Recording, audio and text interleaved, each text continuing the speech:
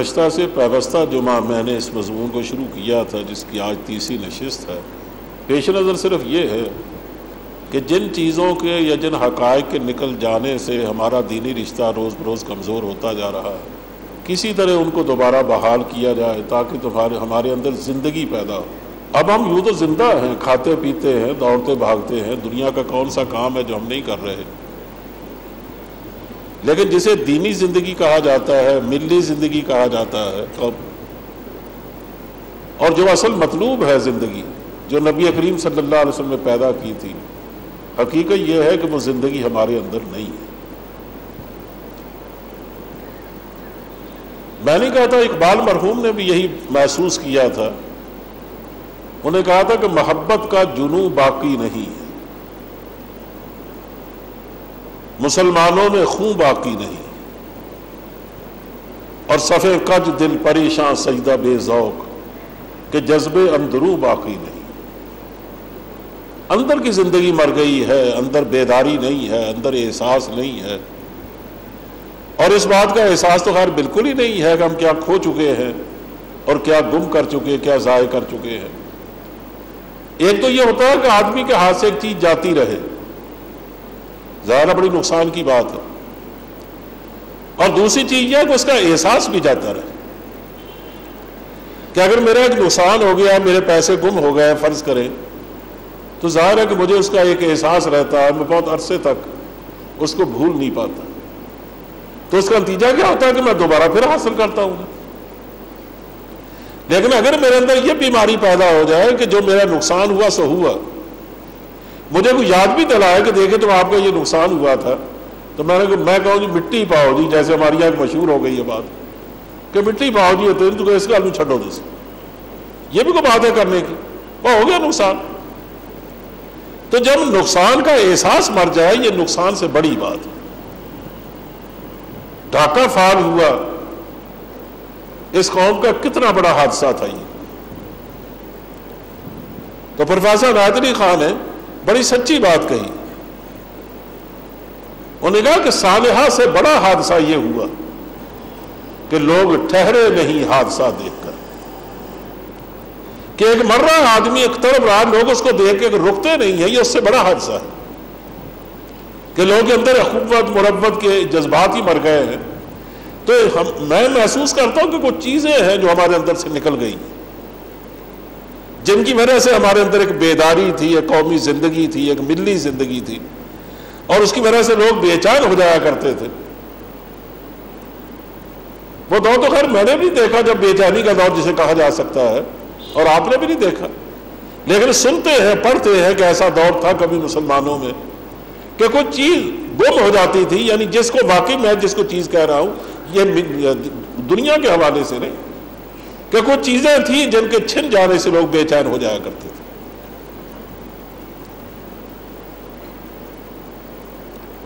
اصل میں جب نئی نئی چیز کو چھنتی ہے نا تو پھر اس کا احساس بھی ہوتا ہے۔ کل مجھے ایک صاحب نے خط لکھا، اور لوگوں کو لکھے ہوں گے، انہوں نے خط مجھے بھی بھیجا، اس میں ایک واقعہ لکھا،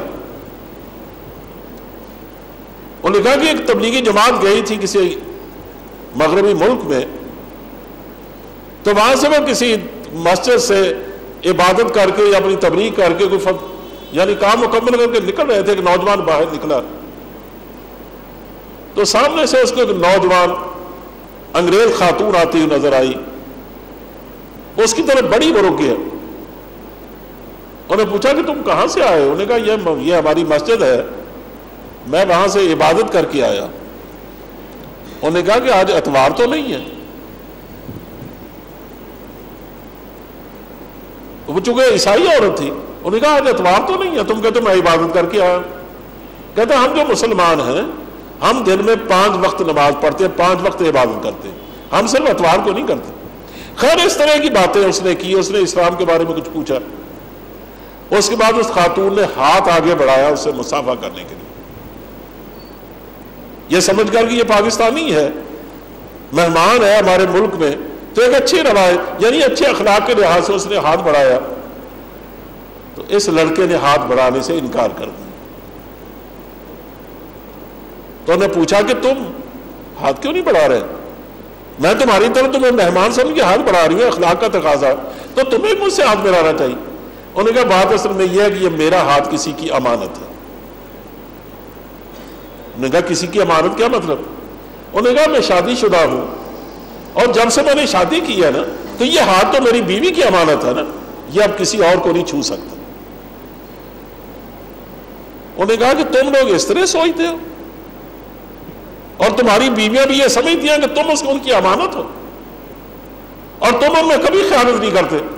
یہ کہہ کر بے ساختہ روئی اور زمین پر گر پڑی۔ انہوں نے کہا کاش ہمارے ملک میں بھی ایسا سوچنے والے ہوتے۔ اب دیکھیں نا، یہ چیزیں ایک چیز ہے، بظاہر آپ پتہ نہیں اس کو وزن دیں گے یا نہیں دیں گے، ایک احساس ہے جو ہمارے اندر آہستہ آہستہ مٹتا جا رہا ہے، اور جن کے اندر سے بالکل نکل چکا ہے اس کا نتیجہ یہ ہے کہ ان کے گھر برباد ہو گئے، ان کی فیملی برباد ہو گئی، ان کا خاندانی نظام تباہ ہو گئے، وہ اخلاقیات سے عاری ہو گئے۔ ان کا جو سین ایلیمنٹ ہے وہ سوچتا ہے ان باتوں کو، جو نہیں سوچنے کے قابل ہے ان کا تو گلا ہی کیا ہے۔ تو وہ ہو سکتا ہے وہ نوجوان خاتون بھی اسی طرح کی ہو، تو وہ بے ساختہ روئی، زمین پہ گر گئی۔ انہوں نے کہا کاش میرا شوہر بھی، یا میرے ماں باپ بھی، یا میرے دائیں بائیں جن کو میں جانتی ہوں، کاش بھی ایسے احساس کے مالک ہوتے کہ شادی کے بعد آدمی کسی کی امانت ہوتا ہے۔ تو عورت بھی اس طرح سوچتی، مرد بھی اس طرح سوچتے، تو ہمارے گھر کبھی نہ اجڑتے۔ لیکن وہ تو ہر ایک واقعہ میں نے سب احساس کے حوالے سے بتایا ہے، ورنہ جو بات میں کہنے لگا ہوں وہ تو پوری امت کی میراث ہے۔ اور لطف کی بات یہ ہے کہ پوری امت کی بہت بڑی اکثریت اس سے تہی دامن ہو گئی۔ میں یہ 2 جمعے سے بات کہہ رہا ہوں، میرا کہنے کا مطلب یہ ہے کہ ہماری جو ملی زندگی ہے، جو ہماری دینی زندگی ہے، وہ سراسر اللہ کے بعد اللہ کے رسول سے تعلق سے عبارت ہے۔ کہ میں جب کہتا ہوں کہ میں مسلمان ہوں، تو مسلمان ہونے کا مطلب یہ ہے کہ میرا ایک تعلق ہے اللہ سے، اور اس کے بعد اللہ کے رسول سے۔ اسی کو اسلام کہتے ہیں، اسی کو ایمان کہتے ہیں، اسی کو دین کہتے ہیں، باقی ساری تشریحات اسی چیز کی ہیں کہ جو ہمارا دین ہے وہ ظاہر ہے کہ اللہ کے احکام کا نام اور اللہ کے رسول کی تشریحات کا نام، اور ہمارا جو ان سے تعلق ہے اس کا نام کیا ہے؟ وہ یہ کہ ہم ان سے ایک تعلق رکھتے ہیں، چاہے وہ تعلق اطاعت کا ہو، چاہے محبت کا ہو، چاہے حمیت کا ہو، چاہے آپ اس کو کون نام دے رہے، اسی تعلق کو اسلامی زندگی کہتے ہیں۔ یہ تعلق روز بروز ہمارے اندر سے اٹھتا جا رہا ہے، یعنی اس تعلق کا بنیادی نام ایمان ہے، اور اس کی میں نے وضاحت ایک جمعے میں کی کہ اس کے کیا کیا تقاضے ہیں اور اس کا مفہوم اصل میں کیا ہے۔ پچھلے جمعہ میں نے بتایا کہ اسی تعلق کا ایک پہلو اور ایک حوالہ یہ ہے کہ ہم اللہ کے رسول پر ایمان رکھتے ہیں، تو اس کا تقاضا یہ ہے کہ ہم صرف انہی کی اطاعت کرتے ہیں اللہ کے بعد۔ جن معاملات میں نے ہمیں احکام دے دیے ہیں، اور جن معاملات میں نے ہمیں کو حکم دے دیا ہے، یا ہمیں کسی چیز کو پسند کر لیا ہے، یا ہماری یہاں کو کرائٹیریا پیدا کر دیا ہے، یا کسی چیز کو معیار ٹھہرایا ہے، اب اس کی اطاعت کرنا یہ میری اور آپ کی اسلامی زندگی کا تقاضا ہے۔ اگر ہم اس کی اطاعت نہیں کرتے ہیں تو حضور فرماتے ہیں کہ جو آدمی میرا نافرمان ہے اس نے در حقیقت مجھے مانا ہی نہیں، وہ مجھے نہیں مانتا۔ یعنی غلط کہتا ہے جو آدمی یہ کہتا ہے کہ میں اللہ کے رسول کو مانتا ہوں لیکن قدم قدم کی نافرمانی بھی کرتا ہے، تو میں پہلے جو میں یہ حدیث سنا چکا ہوں کہ حضور فرماتے ہیں کہ اس نے مجھے نہیں مانا۔ آج میں تیسری بات کہنے لگا ہوں کہ ہمارا جو نبی کریم صلی اللہ علیہ وسلم سے تعلق ہے نا، وہ اس طرح کا نہیں ہے جیسے ماں باپ سے ہوتا ہے یا ماں باپ کا اولاد سے ہے۔ ماں باپ اولاد سے محبت کرتے ہیں، یہ ایک طبعی رشتہ ہے۔ اولاد ماں باپ کی حفاظت کرتی ہے، وہ ایک طبعی رشتہ ہے۔ یعنی انہوں نے بچہ پیدا کیا، بچے کو انہوں نے پالا ہے، یعنی ماں کی کوکھ سے نکلا، ماں کا دودھ پی کے پڑا، باپ کی شفقت نے اسے آگے بڑھایا، اور جب وہ اور اس کی وجہ سے اس کے اندر ایک تعلق پیدا ہوا ماں باپ کا، اور ان دونوں نے جو جس چیز نے ان میں تعلق پیدا کیا ہے اس کو ہم طبیعت کہتے ہیں۔ یہ طبعی تعلق ہے ان میں، اور آپ اس کو فطری تعلق بھی کہہ سکتے ہیں۔ یہ عقلی تعلق نہیں ہے، ایسے اگر یہ عقلی تعلق ہوتا نا تو گیدڑ کے بچے میں نہ ہوتا، بلی اپنے بچے کی خاطر کبھی چیتے کی آنکھیں نہ نکالتی، اور مرغی اپنے بچوں کی حفاظت کے لیے کبھی بڑے سے بڑے جانور سے نہ ڈر جاتی۔ کسی بھی جانور کو آپ دیکھیں وہ اپنے بچے کی حفاظت کرتا ہے، اور بچہ جب بھی بھاگتا ہے اپنی ماں کی آغوش جا کے ڈھونڈتا ہے، اس کی گود میں جا کے پناہ لیتا ہے۔ اس کا مطلب یہ جو رشتہ ہے نا حیوانوں میں، وہ رشتہ ترقی کر گیا تو وہ انسانی رشتہ بن گیا ہے، لیکن اس کا اصل جو سبب ہے وہ طبیعت ہے، طبی رشتہ ہے، عقل نہیں ہے۔ عقل ہوتا ہے ظاہر حیوانات بھی رشتہ کبھی نہ ہوتا۔ تو چونکہ یہ رشتہ طبی ہے نا، تو حضرت صلی اللہ علیہ وسلم نہ تو اس معنی میں ہمارے باپ ہیں جن معنی میں ہمارے عام باپ ہوتے ہیں، نہ حضور کی بیویاں ہماری مائیں ہیں، اگر تو ہماری مائیں ہیں لیکن ان معنوں میں نہیں ہیں، نہ ہم حضور کی اولاد ہیں اگرچہ اولاد ہے لیکن اس معنی میں ہرگز نہیں ہے۔ اس لیے جو ہمارا تعلق ہے نبی کریم صلی اللہ علیہ وسلم سے، اس میں جو گہرائی پیدا ہوتی ہے وہ اس لیے نہیں کہ ہماری طبیعت اور ہماری فطرت اس کا تقاضا کرتی ہے، بلکہ ہمارا یہ تعلق عقل کا تعلق ہے۔ عقل تقاضا کرتی ہے کہ تم اللہ کے رسول کے ساتھ تعلق پیدا کرو۔ یہ عقل کیوں تقاضا کرتی ہے؟ عقل اس لیے تقاضا کرتی ہے کہ جب ہمارا دین ہم سے یہ کہتا ہے کہ لا تقدموا بین یدی اللہ و رسولہ، لوگوں اللہ اور اس کے رسول سے آگے کسی کو مت بڑھانا، تمہاری لیڈ کرنے کی اگر کسی میں باقی صلاحیت ہے یا اس کو حق پہنچتا ہے تو وہ صرف اللہ ہے یا اللہ کا رسول ہے، تمہارا اور کوئی لیڈر نہیں ہے۔ اسی طرح اگر تم اپنی چاہت پالنے لگو نا تو اپنی چاہت کا سب زیادہ مستحق ہے تو وہ یا اللہ ہے یا اللہ کا رسول ہے، باقی ساری چاہتیں اس کے نیچے ہیں۔ میں تو اس کی وضاحت اور کر دوں، ماں باپ سے محبت کرنا اولاد پر فرض ہے، اور ماں باپ کا شفقت کرنا اولاد پر یہ بھی فریضہ ہے۔ بیوی کی محبت اپنے شوہر سے یہ بھی ایک فرض ہے، اور شوہر کے اپنی بیوی سے محبت یہ بھی ایک فرض ہے۔ اس سے علماء سے محبت کرنا عام لوگوں کے لیے اس کو بھی فریضہ بتایا ہے نبی کریم صلی اللہ علیہ وسلم نے، اور علماء کا اب لوگوں سے شفقت کرنا اور ان کی دین اور بے دینی کی فکر کرنا یہ بھی ایک فریضہ ہے۔ یہ تو وہ محبت کے رشتے ہیں جس کا اللہ کے رسول نے حکم دے رکھا۔ ان میں سب سے بڑا رشتہ کیا ہے؟ اللہ سے اور اللہ کے رسول سے۔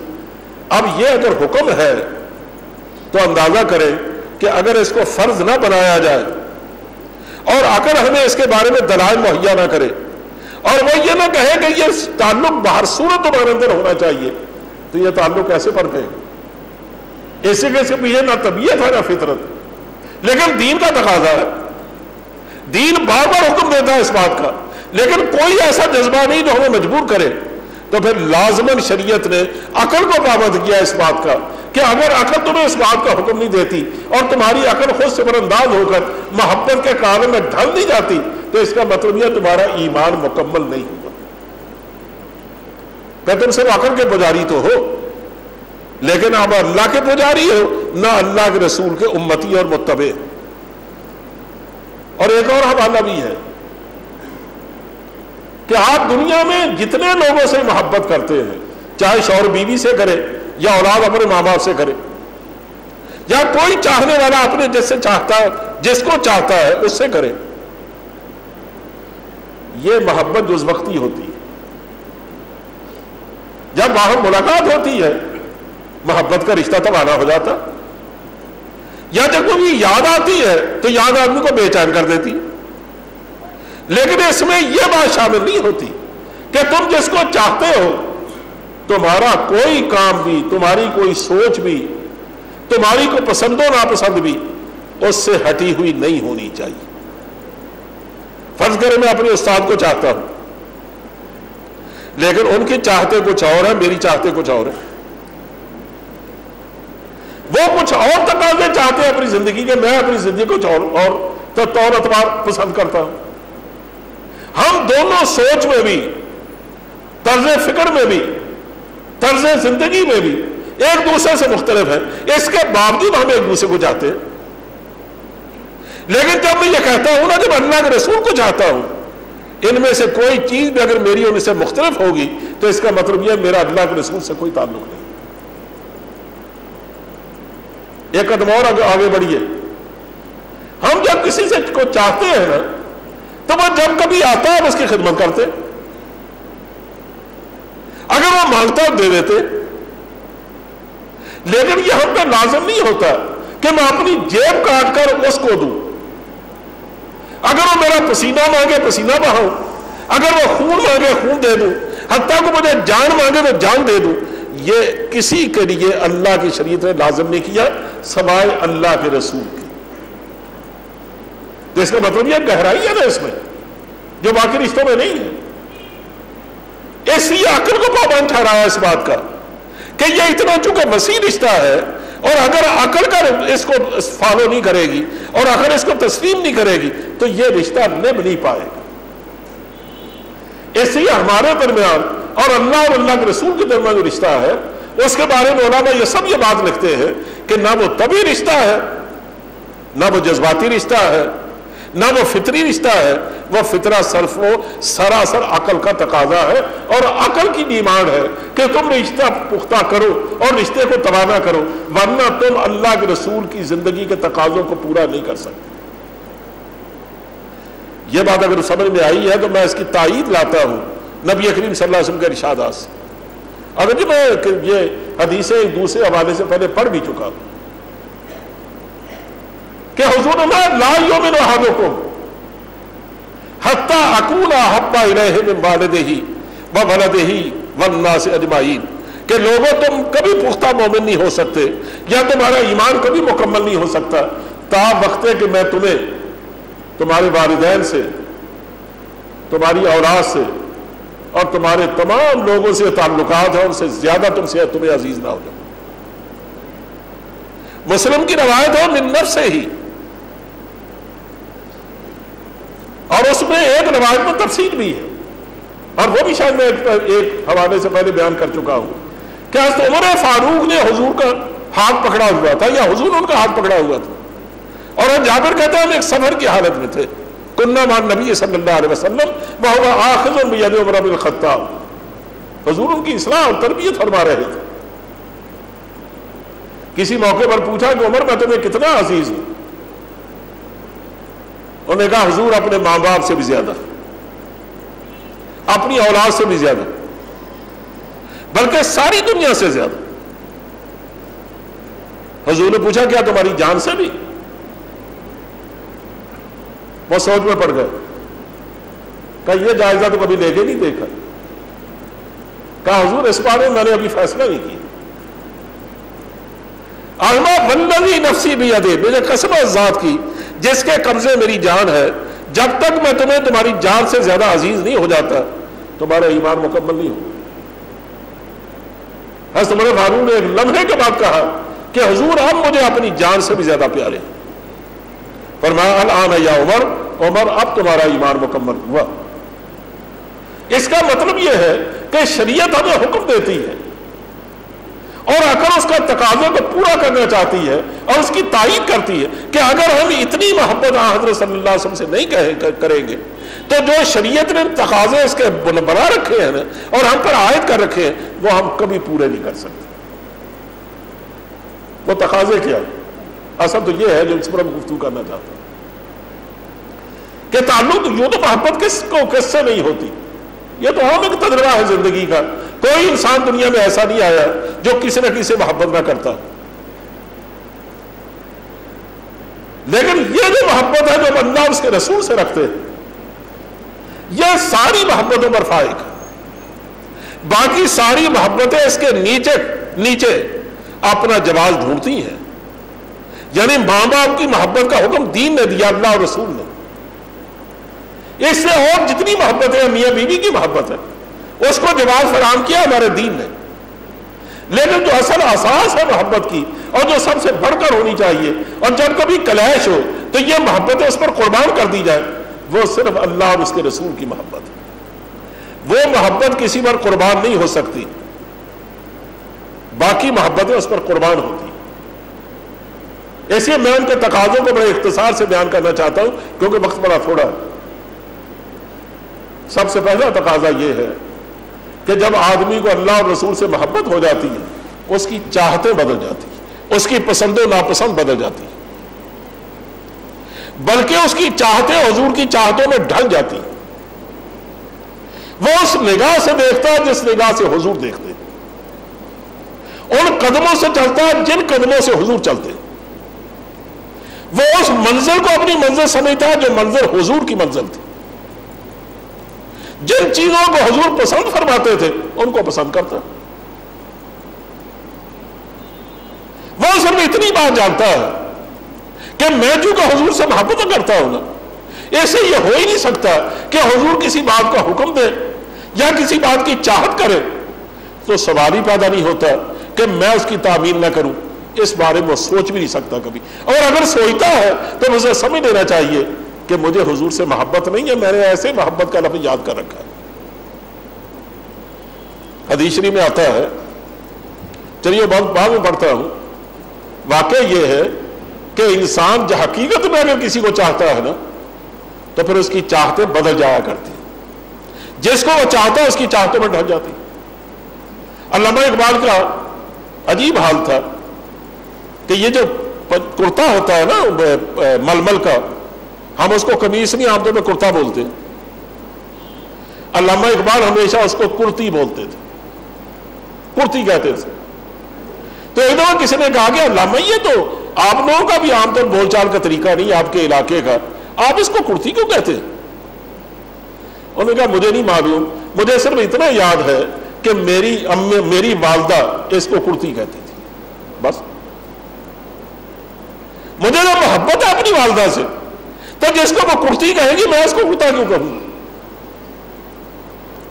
آپ جانتے ہیں لاہور کے رہنے والوں، عید شبرات پر عام طور سویاں ہمارے گھروں میں پکتی ہیں اور ان پر دودھ ڈال کر لاہور والے کھاتے ہیں، دہی ڈال کے نہیں۔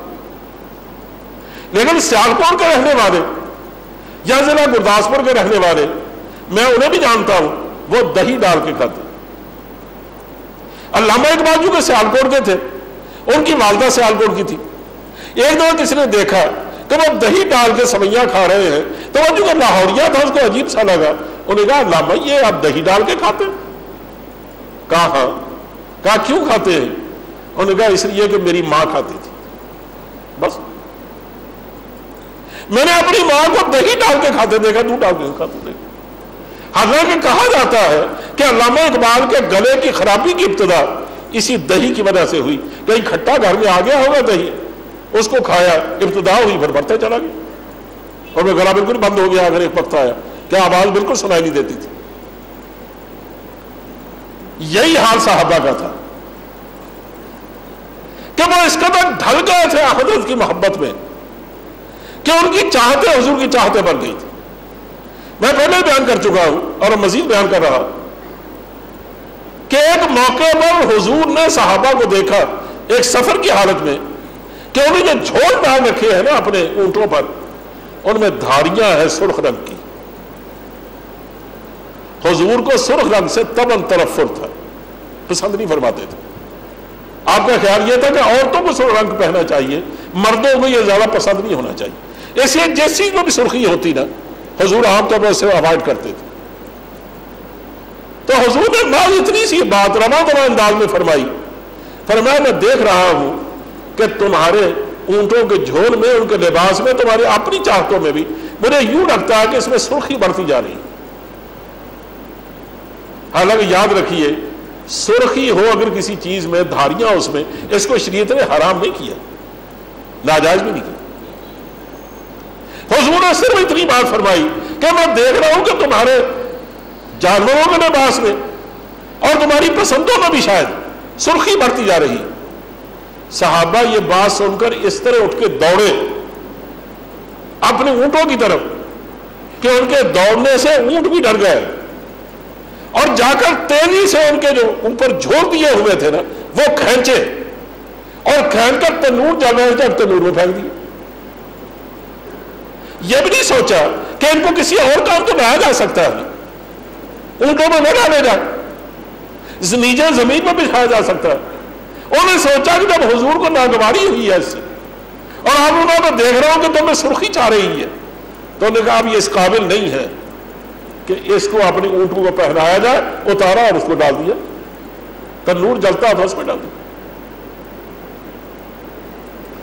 ایک دفعہ عمر فاروق نے قمیص پہن رکھی تھی اور اس کا رنگ ذرا شوق سا تھا، حضور نے دیکھ کر ناگواری کا اظہار فرمایا۔ وہ دوسری نماز میں آئے تو قمیص نہیں تھی، کہا قمیص کہاں گئی؟ کہا حضور میں گھر میں گیا، آپ کو چونکہ وہ چیز پسند نہیں آئی تھی، میں نے اتار کر جا کے چولہے میں ڈال دی، چولہا جل رہا تھا۔ حضور میں چولہے میں ڈالنے کی کیا بات تھی، آپ اپنی بیوی کو دے دیتے۔ انہوں نے کہا جب حضور آپ کی ناپسند ہو گئی، اب اس قابل تھی کہاں تھی کہ میں اس کو باقی رکھتا۔ اندازہ کریں ان کے سوچنے کا انداز کیا۔ حضرت عبداللہ بن مسعود مسجد میں داخل ہو رہے ہیں،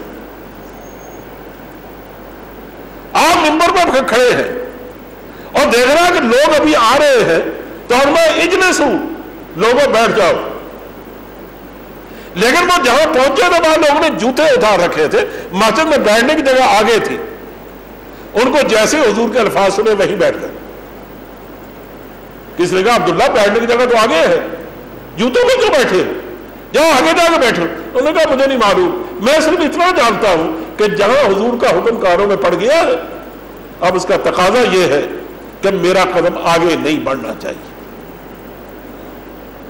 یہ طبیعت ڈھل گئی تھی، اور جس کو انس بن مالک کہتے ہیں کہ میں ایک دعوت میں حضور کے ساتھ گیا تھا تو میں نے دیکھا شوربے کا ایک پیالہ بھرا ہوا تھا، اس میں گوشت بھی تھا، اس میں کدو بھی تھا، اس کی کاشیں بھی ڈالی گئی تھی۔ تو میں نے دیکھا حضور اس کو تلاش کر کے کھا رہے تھے، تو میں نے اس دن محسوس کیا کہ حضور کو گوشت سے بھی زیادہ کدو کی سبزی پسند ہے۔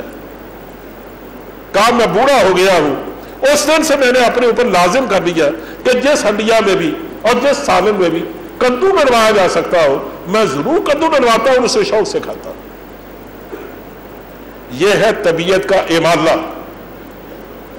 طبیعت کا ڈھل جانا، کہ جس سے محبت کی ہے صرف یہی نہیں کہ محبت زبان پہ رہے یا زیادہ دل میں رہے، پورا جسم پر اس سے احاطہ کر لے کہ جب بھی کبھی اس کا وقت یاد آئے نا تو آدمی اس معاملے کو اسی طرح کرے جیسے حضرت صلی اللہ علیہ وسلم کیا کرتے تھے۔ جب تک مسلمانوں میں یہ دولت زندہ تھی، یہ احساس باقی تھا، بے عملی نہیں تھی اور سنت کی خلاف ورزی نہیں تھی، کیونکہ مسلمانوں کو اس بات کا احساس توانا کر دیا گیا تھا کہ لوگوں دنیا کی قیمتی سی قیمتی چیز بھی وہ حضرت صلی اللہ علیہ وسلم کے حکم کے برابر نہیں ہو سکتی۔ آپ نے جس کام کا حکم دیا ہے اور یا کسی چیز کو پسند فرما لیا ہے، آپ دنیا کی کتنی بھی قیمتی چیز کیوں نہ ہو، تم یہ چاہو نا کہ اس کے مقابل میں اسے اختیار کر لو، یہ نہیں ہو سکتا۔ اگر ہمارا عقیدہ واقعی یہ ہے کہ پوری کائنات بک کر بھی حضور کی قدموں کی دھول نہیں خرید سکتی، تو کیا حضور کے حکموں کو اپنی معمولی چاہتوں پر قربان کر دینا، حضور کی پسند و ناپسند کو ٹھکرا دینا اور یہ چاہنا کہ میرا نفس یہ چاہتا ہے، میرا بیٹا یہ چاہتا ہے، میری اولاد یہ چاہتی ہے، آج میری بیوی نے مجھ سے فرمائش کی ہے، ہوا کرے اللہ کے رسول کی چاہتے اپنی جگہ، لیکن میں ان کی پرواہ نہیں کر سکتا، میں تو ان کو ترجیح دوں گا۔ بتائیے ہماری محبت کہاں گئی؟ اس کو محبت کہتے ہیں؟ دعویٰ تو ہے نہیں کہ ہمیں حضور سے بے پناہ تعلق ہے اور ہم حضور کے اتنے شہدائی ہیں کہ ہماری یہ ساری جاتے رہتے ہیں بات بات پر، لیکن معمولی سا ایک کلیش ہوتا ہے کہ اللہ کا رسول اور اللہ چاہتا ہے اذان پوچھتی ہے کہ نماز پڑھو، ہماری نیند چاہتی ہے کہ ہم نماز نہ پڑھیں، ہم نیند پر اس حکم کو قربان کر دیتے۔ بیوی بھی چاہتے چاہتی ہے میں رشوت لوں، اللہ کے رسول کا حکم ہے رشوت مت لینا، حرام رزق کے قریب نہ جانا، میں اس کی چاہت کو اس حکم پر ترجیح دیتا ہوں۔ کہاں گئی ہماری محبت؟ ایک اور بھی تقاضا اس سے بھی بڑا، اگر اتنا تقاضا ہی ہوتا نا تو شاید تب بھی مشکل نہ ہوتی۔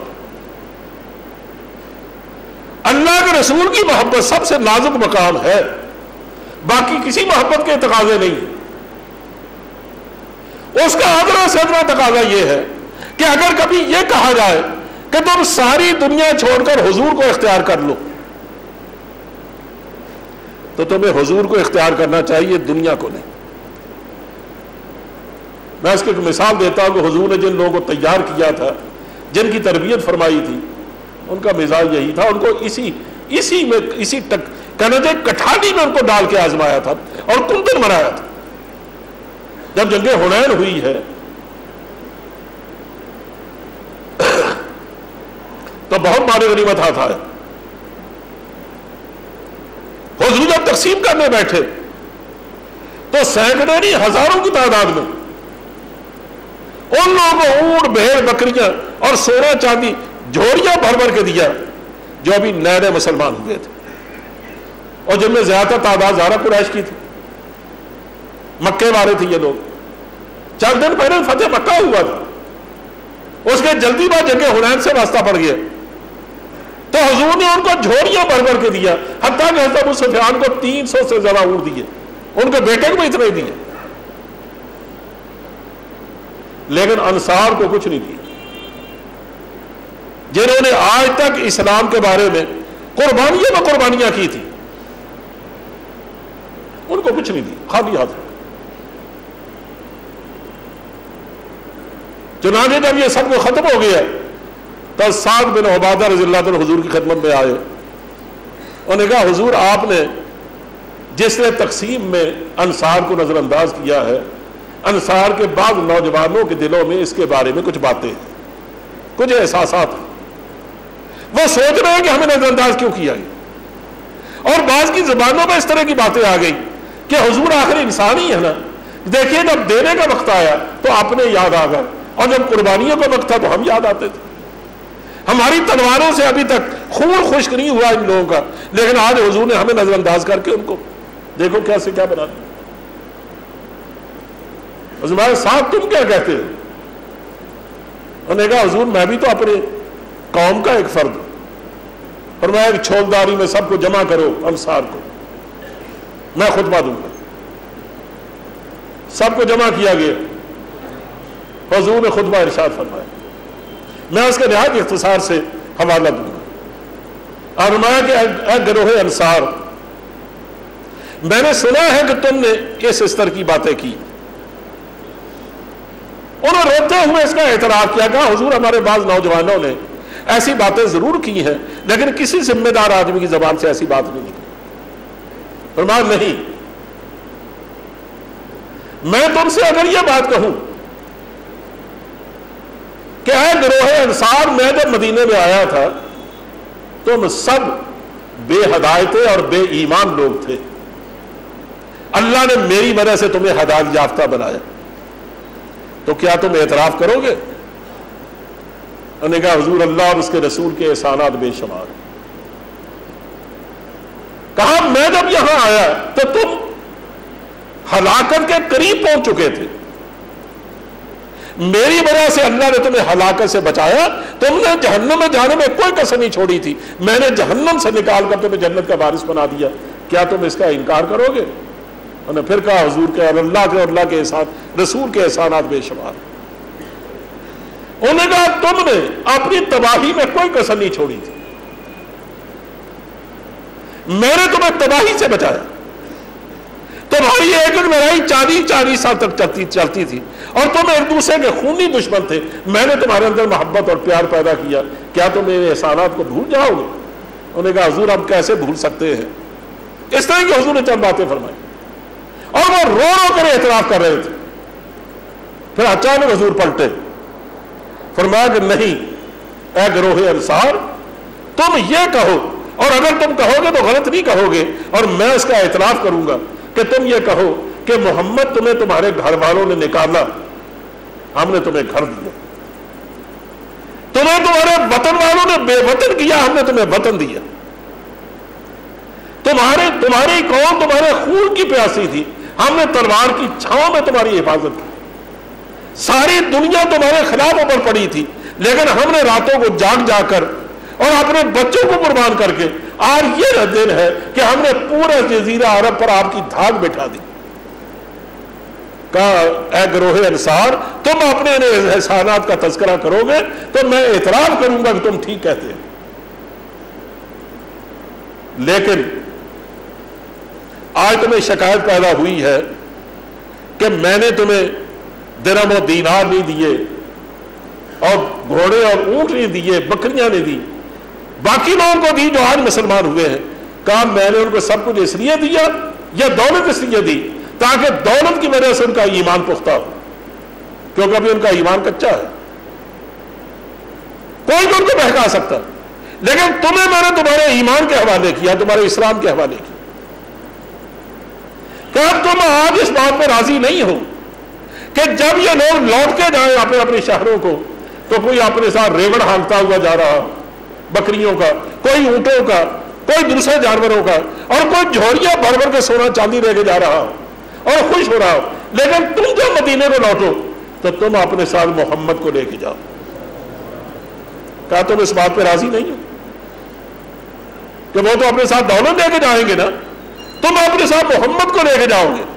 اور پھر قسم کھا کے فرمایا کہ میرا جینا بھی تمہارے ساتھ ہے، میرا مرنا بھی تمہارے ساتھ ہے، میں تمہارے ساتھ زندہ رہوں گا، میں تمہارے ساتھ ہی میرا مدفن بنے گا، میری وہاں قبر بنے گی۔ کیا تم اس بات پہ راضی نہیں؟ اب کچھ نہ پوچھو کہ انصار کا کیا حال تھا، وہ بار بار روتے ہوئے یہ کہتے تھے کہ ہمیں صرف اللہ کا رسول چاہیے۔